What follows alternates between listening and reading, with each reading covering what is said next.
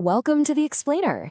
Today we're unpacking a really wild, highly dramatic business story. We are diving deep into the massive Peloton demand collapse. Specifically, we're going to explore how pandemic-era growth created this fatal distortion in their customer forecasts. It's a story about the ultimate dramatic irony.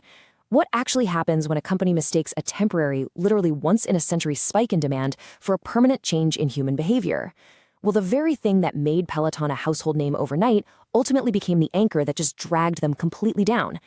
It's an absolutely gripping autopsy of corporate strategy, supply chain management, and data interpretation. So, let's get right into it. Okay, let's dive into this and map out our analytical journey. We'll start with 1, the lockdown fitness boom, and then uncover 2, the hypergrowth mirage. From there, we'll hit 3, the forecasting trap, move right into the resulting 4, supply chain nightmare, and finally wrap up with 5, lessons for post-pandemic business. We're moving from a massive cultural phenomenon straight into a hard-hitting business autopsy. Section 1, the lockdown fitness boom, the bike that ruled the lockdown. $50 billion. Just let that sink in.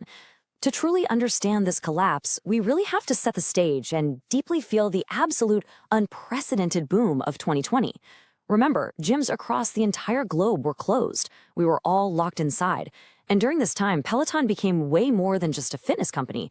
For millions of isolated people, it was a literal lifeline. I mean, their instructors achieved this crazy cult-like celebrity status overnight.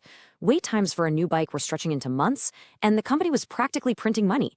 They were the undisputed king of at-home fitness, universally crowned the ultimate pandemic winner.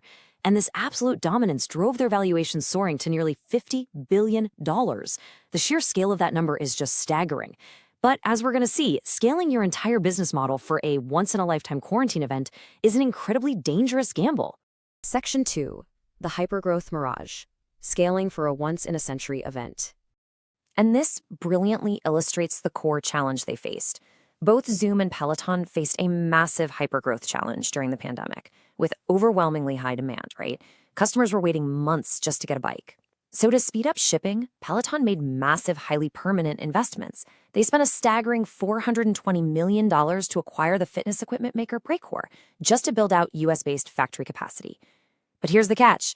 While Zoom was building out digital infrastructure, literally just renting more AWS server space and cloud capacity that scales up or down instantly, Peloton was building rigid physical infrastructure. They were pouring money into brick-and-mortar factories, massive overseas warehouses, and thousands of delivery vans. They were basically cementing a physical empire for a world they assumed would just stay socially distanced forever. Section 3, the forecasting trap, distorted data, and fatal misunderstandings. So the crucial point is really understanding this concept of pulled forward demand. At the very heart of Peloton's failure was a massive distortion in customer forecasts. Peloton's leadership looked at their explosive 2020 numbers and made a fatal assumption. Standard algorithmic forecasting assumes linear compounding growth, right? So they trusted the math and assumed that growth curve would just keep pointing up and to the right indefinitely. But they fundamentally misunderstood the nature of their sudden demand. People weren't buying these bikes because they had suddenly developed some permanent, deep-seated love for the Peloton brand. Actually, scratch that. They were buying them immediately out of sheer, unadulterated necessity because they had absolutely no other choice for fitness. It was a temporary spike heavily influenced by external forces, not permanent, organic, long-term brand adoption. This right here is a classic targeting error. It's when you mistake a temporary, forced behavior for a permanent societal shift. It's a strategic trap we've totally seen play out before, like in the BlackBerry case study. Peloton completely misread the psychological shift of the consumer. Think about it. As soon as vaccines rolled out and the world finally reopened, what did we all do? The modern consumer desperately wanted out of their house. They wanted to return to physical gyms, to running outdoors, to just seeing other human beings again. Customer behavior aggressively snapped back to the mean, and this shift happened way faster than Peloton's rigid, physically heavy strategy could adapt to. This massive gap between a company's strategy and the new reality strongly mirrors the Sears omnichannel failure, where adaptation was just way too slow for a rapidly shifting environment. So let's see how this quickly turned into an operational disaster. Section 4, Supply Chain Nightmare, the Operational Friction.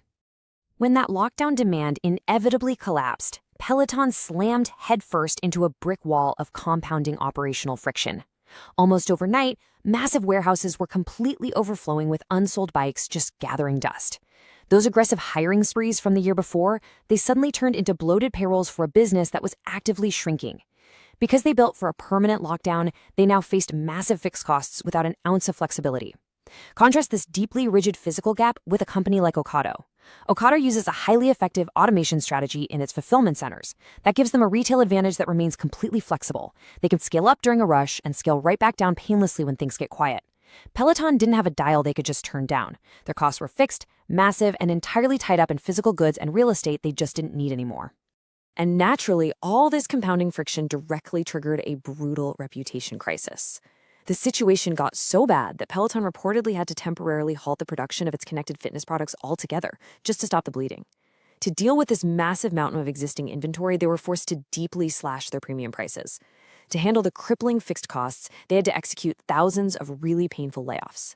This kind of sudden instability quickly and aggressively erodes brand trust. And as we've seen in other major business case studies, like the Chipotle food safety crisis or those United Airlines incidents, once a premium brand loses trust and stability in the eyes of the consumer, its overall value begins to evaporate fast. Section 5. Lessons for Post-Pandemic Business, the Strategic Autopsy. Why does all of this matter for you? Well, because it serves as a stark reminder to every CEO and business leader. The data flashing green on your dashboard is only ever as good as your grounded understanding of the real world outside your window. Now, what's really interesting about this is when we compare business foundations side by side, a very stark contrast emerges. We have Aldi, which built incredible generation-spanning customer loyalty through a super consistent value strategy. Then we have Salesforce, which mastered the cloud revolution by building a B2B platform that remains universally essential in literally any economic weather. They both built highly sustainable, shock-proof foundations. And then we have Peloton, which attempted to build a massive premium empire on the incredibly unstable foundation of lockdown demand. They ultimately built a product that, while wonderful, functioned as a luxury many could suddenly live without the absolute second their local gym unlocked its front doors. The ultimate lesson here is simple and honestly pretty unforgiving. Sustainability is vastly better than speed. Because of their hyper-growth Mirage, Peloton is now facing the peril of the pivot. Much like Cisco's historic shift from hardware routing to digital services, Peloton is currently attempting to pivot and transition into a software-first, subscription-focused company. The critical difference, though, is that while successful pivots are typically executed from a position of financial strength, Peloton is being forced to do this from a position of profound weakness, desperately trying to untangle themselves from their physical infrastructure nightmare while bleeding capital. Which leaves us with this final, powerful, strategic question to think about. Was Peloton's fall truly inevitable, or could they have scaled responsibly? Could leadership have recognized the pulled forward demand for what it actually was and just throttled their physical expansion? I really want you to think critically about how your own organizations interpret sudden data spikes and wild outlier events. If you found this explainer helpful, I highly recommend checking out our other deep dive case studies on Zoom and Sears to further explore the fascinating strategies that shape our business world. Thank you so much for exploring this explainer with me, and keep learning.